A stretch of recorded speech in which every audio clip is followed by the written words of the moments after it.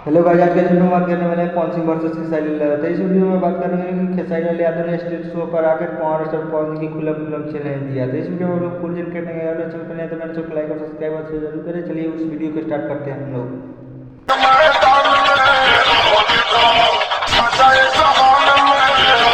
जैसे मैं आप लोग देख ही सकते हैं कि पावर स्टार पवन सिंह और किस तरह ने खेसारी लाल यादव ने चैलेंज दिया। तो इस वीडियो को दिखाना चाहेंगे पावर स्टार पवन सिंह ने खेसारी लाल यादव क्या बात समझाया। और इस वीडियो में आप लोग बन रहेगा मेरे चैनल को सब्सक्राइब करके सब्सक्राइब कर लेना, बेल आइकन दबा दें कैसे ट्रेंडिंग अपडेट सबसे पहले आप तक पहुंचे। मेरे मुंह से सिर्फ यही निकलता है कि जे भी भाई बाप बहुत आगे बढ़े, बहुत बड़ा स्टार बने। मैंने कभी आरा और छपरा सिवान की बात नहीं किया।